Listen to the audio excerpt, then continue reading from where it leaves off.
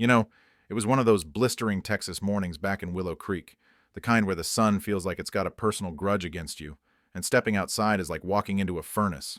My poor peppers in the garden were already begging for mercy when the sprinkler just choked, sputtered a few drops, and went dead silent.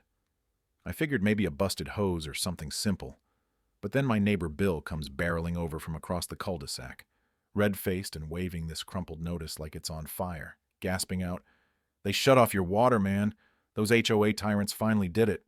And there I was, staring at this official-looking paper from the Willow Creek Estates HOA, stamped with their fancy emblem, slapping me with violations for my unkempt yard and threats of fines.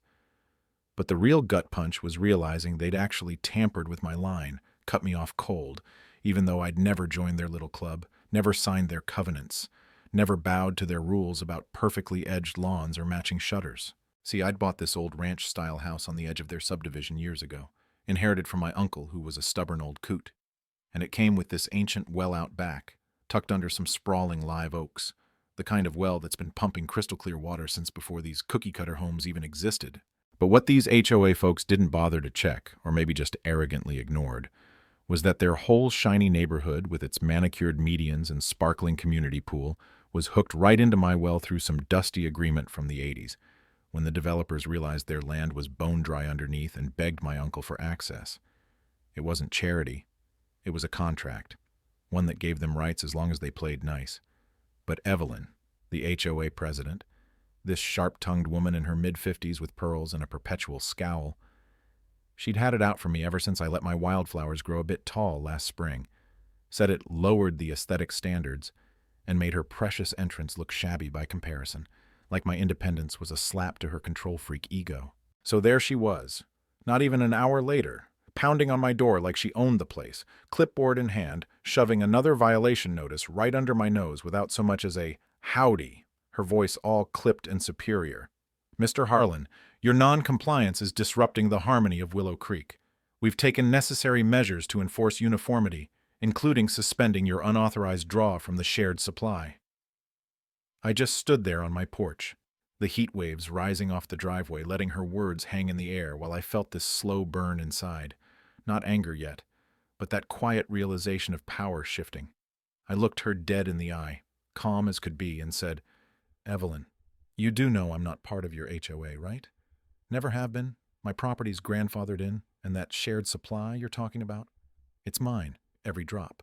Her face flickered, just a twitch, but she puffed up like a cornered cat, sputtering about community obligations and proximity implying responsibility.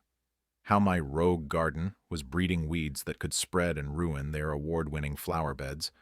Pure spite, really, rooted in her need to micromanage everything, especially after I'd politely declined her invitation to join at last year's block party, which she took as some personal insult. She stormed off muttering about lawyers and liens, her heels clicking sharp on the concrete, and I watched her go, feeling this mix of frustration and, honestly, a little pity, because she'd just handed me the rope to hang her own empire.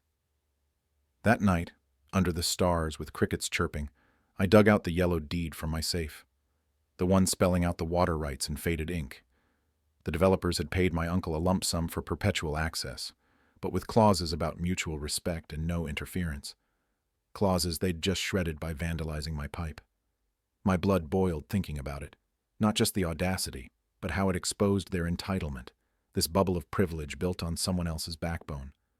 So I grabbed a flashlight, headed to the pump house, that rusty old shed smelling of earth and iron, and with a deep breath, I gripped the main valve, twisted it slow until it locked shut with a satisfying clunk, like the sound of a door slamming on their delusions. And oh man, the fallout hit like a summer storm.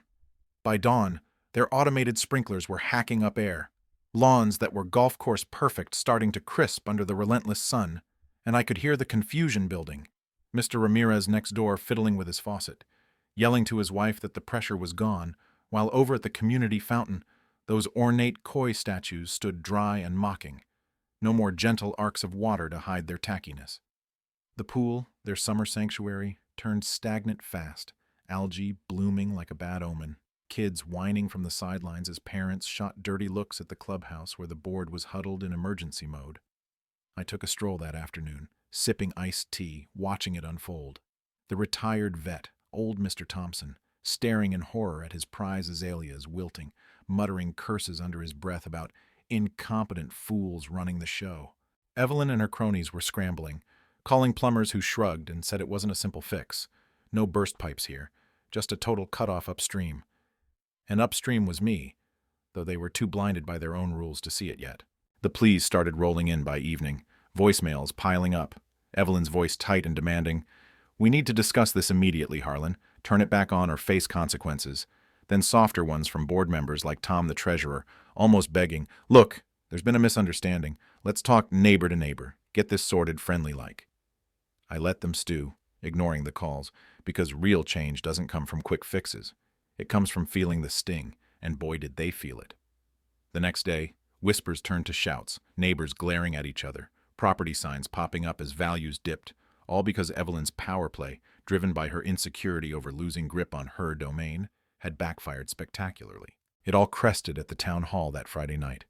The clubhouse packed with sweaty, fuming residents fanning themselves with agendas, the air thick with tension, and the faint smell of desperation. Evelyn stood at the podium, trying to command the room with her usual bluster. "We're addressing a temporary technical glitch. Rest assured the board is on it." But the crowd erupted, voices overlapping. "Temporary? My yard's dying. Why no backup plan? This is negligence." Then this sharp-eyed engineer, Miss Patel, stood up and dropped the truth bomb after checking county records. No municipal hookup. Their water was leased from private land, and that's when I rose from the back, heart pounding but steady, carrying my folder of documents like a shield. The room went hush as I walked forward, laid the papers out under the fluorescent lights, and said plain and clear, "That private land, it's mine. The well's on my property, and your HOA's contract for access? You voided it when you cut my line, thinking you could bully me into submission." Gasps rippled through, eyes widening, and Evelyn's face drained of color.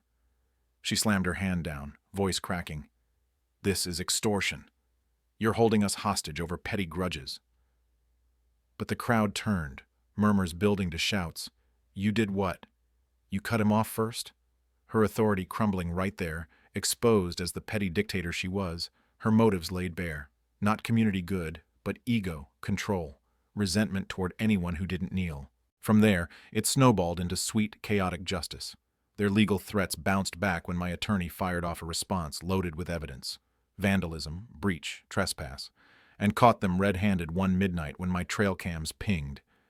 Evelyn herself, with 2 sidekicks, sneaking onto my land with shovels and PVC, digging a frantic bypass like common thieves.